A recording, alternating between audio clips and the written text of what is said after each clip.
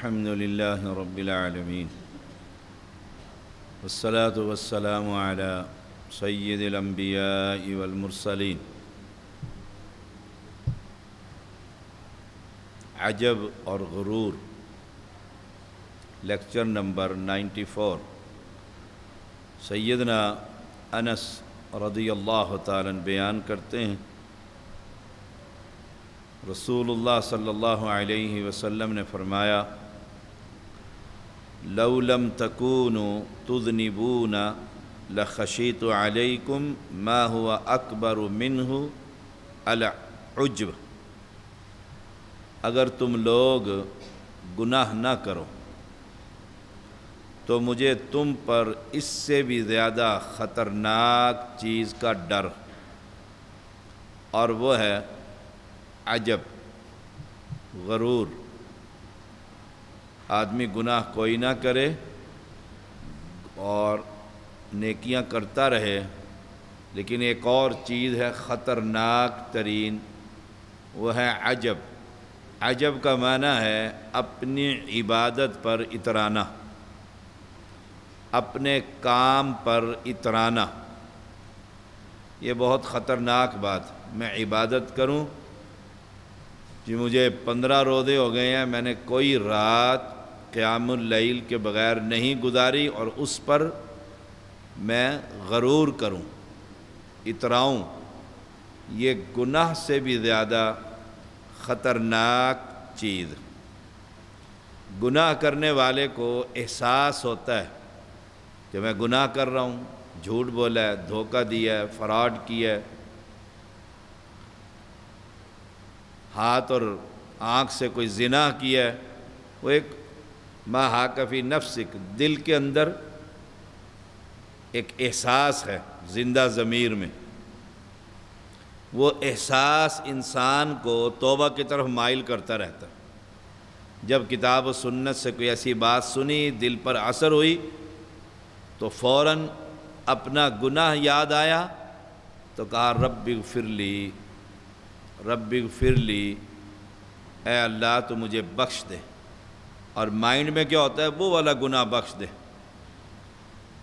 یہ تو ہے گناہ کا احساس اور جسے اپنی عبادت پر غرور ہو اور وہ نیکی سمجھ کر رہا ہو اسے توبہ کا احساس نہیں ہوتا جب توبہ کا احساس نہیں ہوتا تو انسان تباہ و برباد ہو جاتا ہے دو باتیں یاد رکھیں گناہ گار احساس کرتا ہے اور کہتا ہے شاہ صاحب دعا کریں یہ گناہ مجھ سے چھوٹ جائے احساس ہے جسے اپنی نیکی پر غرور ہے اپنی عبادت پر اپنے کام پر تو اسے احساس نہیں ہوتا کہ یہ بھی کوئی گناہ ہے اور انسان تباہی کی طرف چلا جاتا ہے امام بہقی اس کو بیان کرتے ہیں امام البانی بھی بیان کرتے ہیں ترغیب و ترہیب میں 2921 سیدنا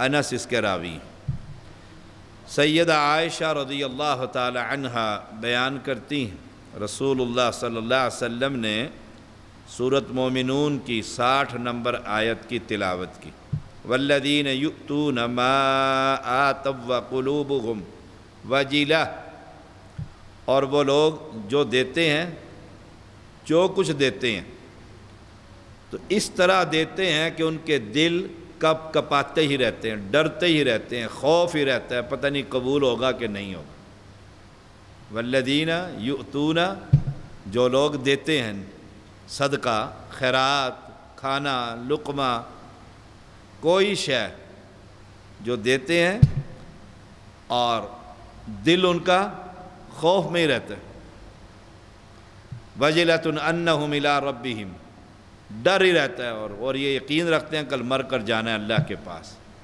یہ کیفیت ہے صدقہ کرنے والوں کی امی عائشہ نے کہا یہ وہ لوگ ہیں جو شراب پیتے ہیں اور چوری کرتے ہیں ان کا آپ ذکر کر رہے ہیں کہ وہ لوگ جب دیتے ہیں صدقہ تو ڈرتے رہتے ہیں اور میں نہیں لا واللہ لا ہرگز ایسا نہیں وہ ایسے نہیں یا بنت صدیق، اے صدیق رضی اللہ تعالیٰ کی بیٹی، نہیں، نہ وہ چوری کرتے ہیں نہ وہ شراب پیتے ہیں۔ کرتے کیا ہے؟ نمبر 1 وَلَكِنَّهُمْ الَّذِينَ يَصُومُونَ، وہ روزے رکھتے ہیں۔ دیکھیں آپ، وہ روزے رکھتے ہیں، یصومون وَيُصَلُّونَ، اور وہ نمازی ہیں، نماز بھی پڑھتے ہیں۔ نیکی ہے کتنے بڑی پہاڑ جیسی نیکی، اسلام کی بنیادیں دونوں۔ وَيَتَصَدَّقُونَ، اور صدقہ کرتے رہتے ہیں، خیرات دیتے رہتے ہیں۔ وَهُمْ يَخَافُونَ أَلَّا يُقْبَلَ مِنْهُمْ، ڈرتے رہتے ہیں پتہ نہیں قبول ہوگی کہ نہیں ہوگی۔ مان نہیں ہے نیکی پر، فخر نہیں، غرور نہیں، خود پسندی نہیں۔ نماز بھی پڑھتے ہیں، یصومون، روزے بھی رکھتے ہیں، وَيُصَلُّونَ وَيَتَصَدَّقُونَ وَهُمْ يَخَافُونَ أَلَّا يُقْبَلَ مِنْهُمْ، اور ڈرتے رہتے ہیں پتہ نہیں قبول ہوگا کہ نہیں ہوگا، پتہ نہیں اللہ نے یہ قبول کیا کہ نہیں کیا۔ ہم تو قبول ہو یا نہ ہو پہلے ہی ثواب ملٹی پلائی کر کے اوپر پہنچا دیتے ہیں، اس کا ثواب فلاں کے ذریعے، فلاں کے طفیل، فلاں کے صدقے، فلاں کو فلاں کو فلاں کو پہنچے۔ ثواب ملا کہ نہیں، قبول ہوا ہے کہ نہیں، روزہ، نماز، صدقہ، خیرات۔ اولئک الذین یسارعون فی الخیرات وہم لہا سابقون، یہی وہ لوگ ہیں جو نیک کاموں کی طرف جلدی کرتے ہیں، آگے نکل جانے والی، یہ وہ جماعت ہے۔ یعنی اتنی نیکیاں، 4 نیکیوں کا ذکر ہوا ہے، اور پھر مجموعی بات یہ کی اولئک الذین یسارعون فی الخیرات وہم لہا سابقون، نیکیوں میں بھی سبقت لے جانے والے، اور یسارعون جلدی کرنے والے۔ یہ نہیں اچھا کریں گے نیکی، دیکھیں گے صدقہ سوچیں گے، نہیں، جلدی سے دیا بھی صحیح، اور مسابقہ، سبقت لے جانے والے، اور 4 ان کے اندر صفات بھی ہیں۔ پھر بھی اللہ سے یہ خوف ہے، یہ ہے ایمان کی کیفیت، یہ ہے خوف اور رجا، خوف اور امید، اس کے درمیان انسان کا ایمان ہوتا ہے۔ ڈر یہ ہے پتہ نہیں قبول ہوگا، اور امید یہ ہے کہ انشاءاللہ قبول ہوگا۔ ان دونوں کے درمیان، ان دونوں کے درمیان۔ اور یہ روایت ہے امام ترمذی لے کر آئے ہیں 3175، سیدنا عثمان رضی اللہ تعالیٰ عنہ کے، عثمان بن عفان کے آزاد کردہ غلام حمران، وہ کہتے ہیں میں سیدنا عثمان رضی اللہ تعالیٰ عنہ کے پاس وضو کا پانی لے کر آیا، آپ نے وضو کیا، چبوترے پہ بیٹھے ہوئے تھے، پھر اچھی طرح وضو کی، فرمایا میں نے اس چبوترے پر رسول اللہ صلی اللہ علیہ وسلم کو یہاں بیٹھے اور وضو کرتے دیکھا۔ یعنی سنت سے اتنا پیار، اس چبوترے پر بیٹھ کے کیوں کر رہے ہیں؟ اس لیے کہ رسول اللہ صلی اللہ علیہ وسلم نے یہاں چبوترے پر کیا۔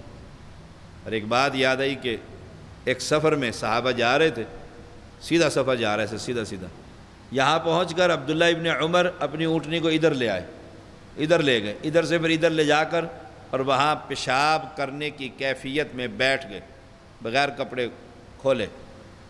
تھوڑی دیر کے بعد اٹھ کھڑے ہوئے، سواری پر بیٹھے، واپس آ گئے، تو ساتھیوں نے پوچھا آپ نے یہ کیا کیا؟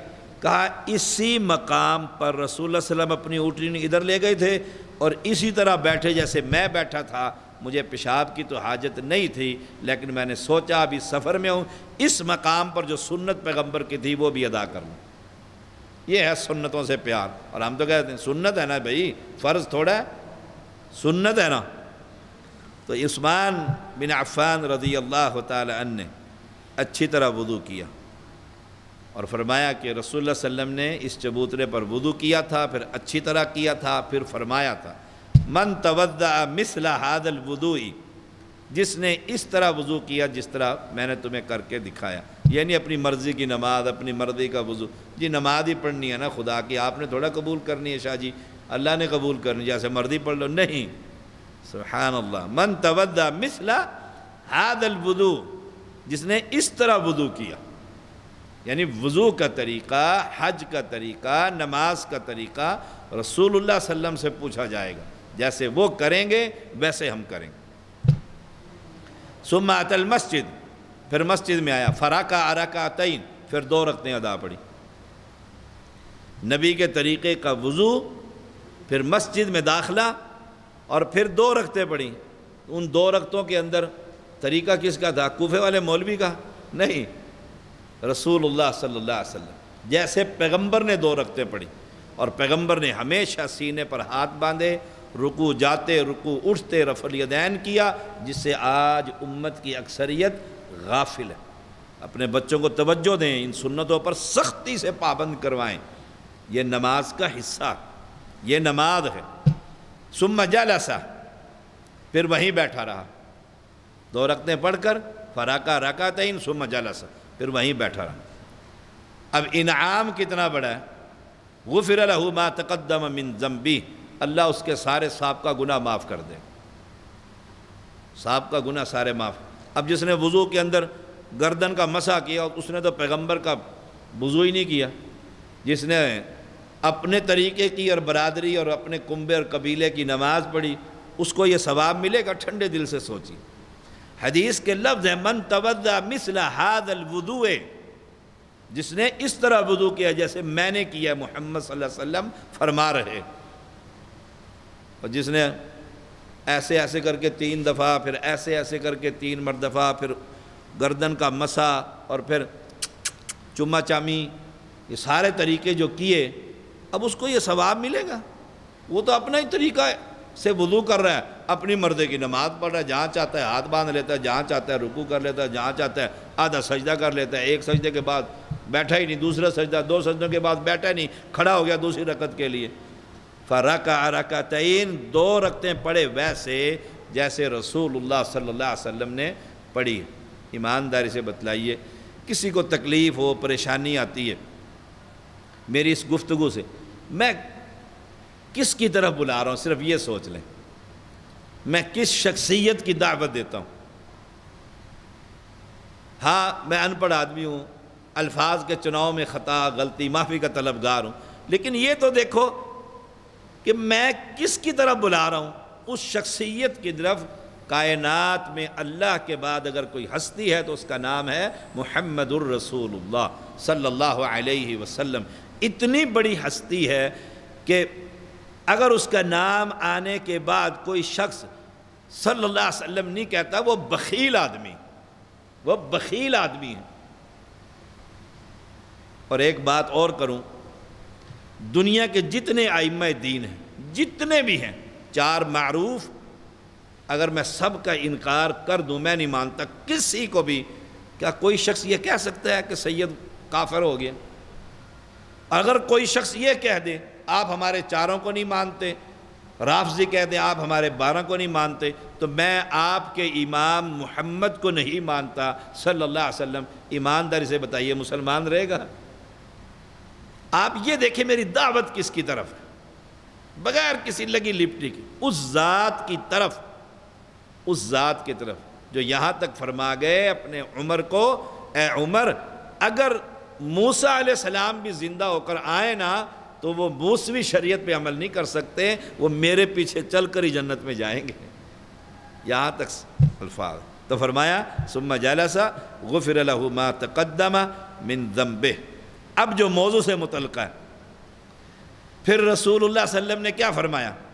لا تغتروا، اس پر مغرور نہ ہو جانا کہ میں نے وضو کر لیا، سنت کے مطابق نماز، سنت کے مطابق پھر بیٹھا رہا، میرے تو سارے گناہ معاف ہو گئے، اور میں اب عجب کی بیماری غرور کے اندر مبتلا ہو جاؤں. اور میں یہ کام نہ کرنا، یہ تو بہت بڑا تباہی کا راستہ ہے. غرور اور تکبر نہیں، پہاڑوں جتنی نیکیاں بھی کر کے اللہ سے یہی یا اللہ قبول فرما. آپ دیکھیں حج پر جاتے ہیں، ابراہیم علیہ السلام کے وہ قدموں کے نشانات زیارت کرتے ہیں، باقاعدہ جا کر دیکھتے ہیں، اچھا اس پتھر پر کھڑے ہوئے تھے، یہاں نشان لگے ہوئے ہیں. وہاں اللہ کے سب سے بڑے گھر کی تعمیر کر کے کیا کہا تھا؟ ربنا تقبل منا. اللہ یہ تعمیر تو کر دیا لیکن یہ قبول کرنا تیرا کام ہے، ہم سے یہ نیکی قبول فرما لے. اللہ کریم مجھے اور آپ کو عمل کی توفیق. وآخر دعوانا الحمدللہ رب العالمین.